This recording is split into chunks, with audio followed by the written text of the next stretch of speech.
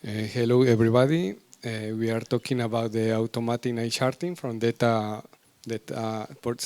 from SAR data using AI methods. This is the team, the left to right. We are Mattia Folcarelli, Federico Bombardieri, Lucia Marinozzi, and me.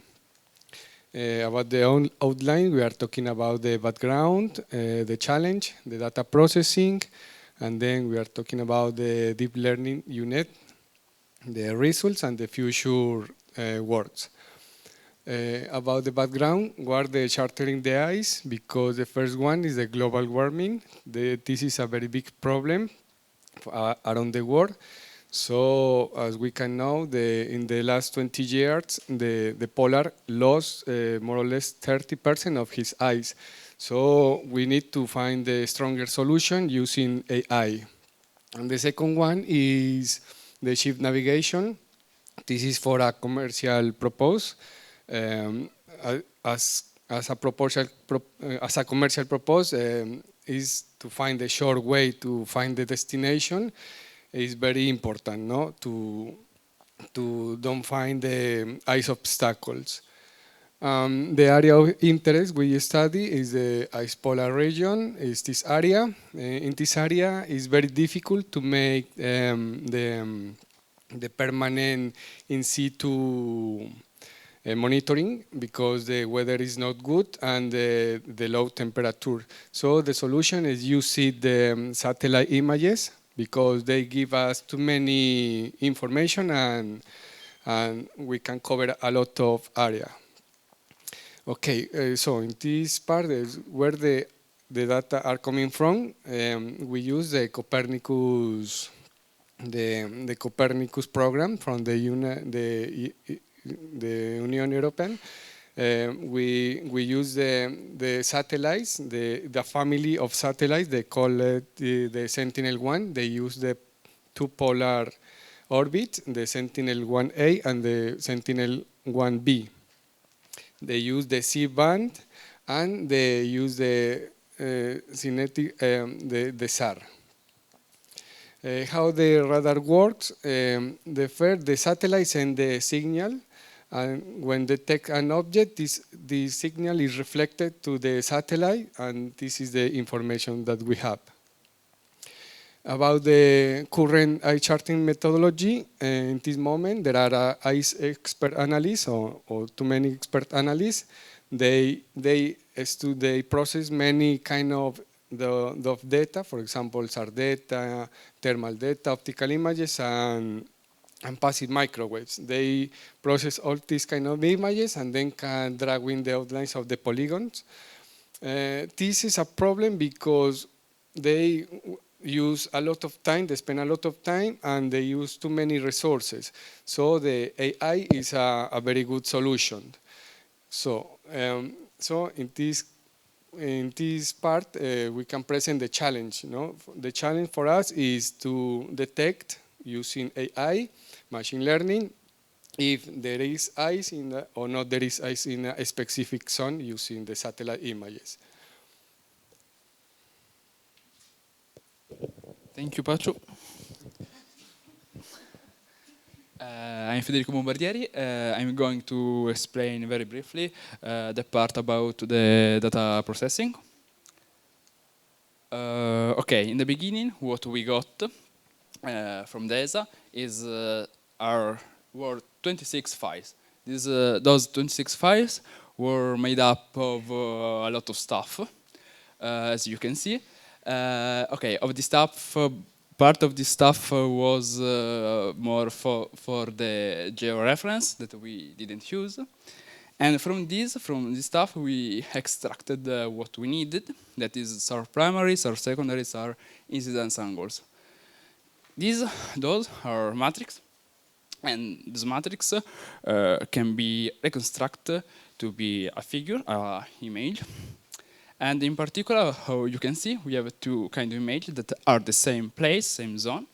The difference is that our satellite can take can get two different polarization: the horizontal polarization and the vertical ones.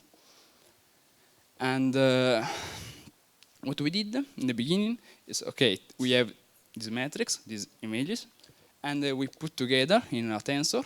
We clustered together in a tensor to form a tensor with 3 channels in order to feed our neural networks.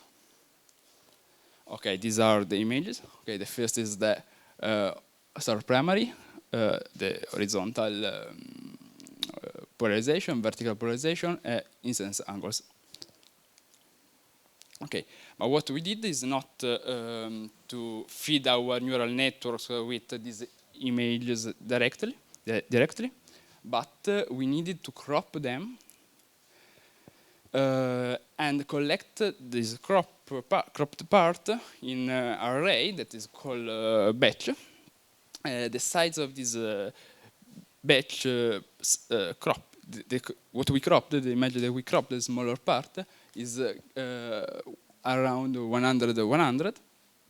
We start with the 50-50, but we arrive at 160. Remember that those are just metrics.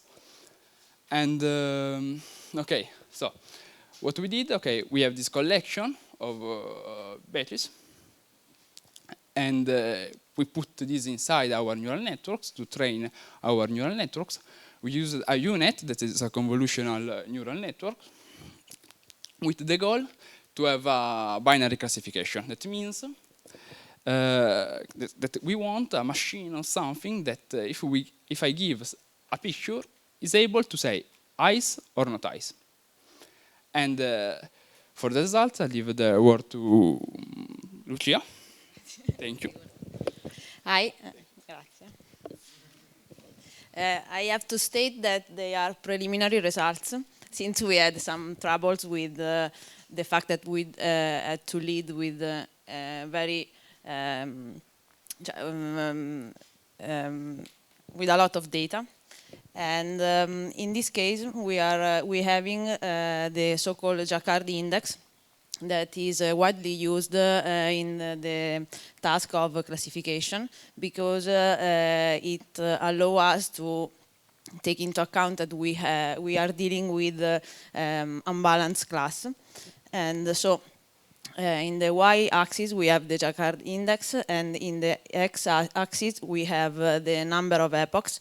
An epoch in this case is the time in which the model see the entire training set, and the blue line is related to the training set, while the orange line is related to the test set. The Jaccard coefficient is it's between 0 and 1. So of course, if it's 1, it mean that the learning is good. And in this case, we can see that the blue line, so the line related to the test set, is has a good pattern.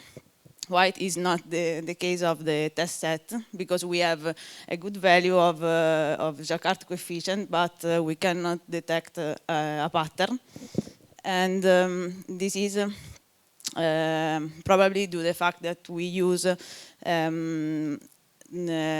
too small dimension for our patches, so the model cannot detect where we have eyes or non-eyes. And in this case, we use for the classification a process of binarization, and we set 0 when we had for our values in our matrices the value of 0, and 1 anywhere else. But we observe that if we use a threshold, so if we put a threshold and we put 0 for the value lower than that threshold, and 1 for the value above the threshold, in this case we can improve the learning of our model, because we can detect a pattern in this case. And so this is in this case we use 80 epochs because of the lack of time. Of course, one of the possible steps, future step, is to train this model, taking into account the threshold by using more epochs. And of course, our other improvement of the model is to deal with the tuning of the hyperparameters of the model in order to use a different structure of the neural network. Choose a higher dimension for the patches, or choose the same dimension but allowing the model to see a wide part of the images. Of course, using more time for the training. And then another task is about the regression. For the regression is with the regression we do not deal with the classification, so we are not going to detect if we have 0 or 1, so eyes or non-eyes, but we are evaluating the concentration of eyes. And in this case, we can use the same model that we use for classification, but of course we have to change the input, because in this case we not need any more of the binarization. And of course we have to use different metrics in order to evaluate the model. And that's all.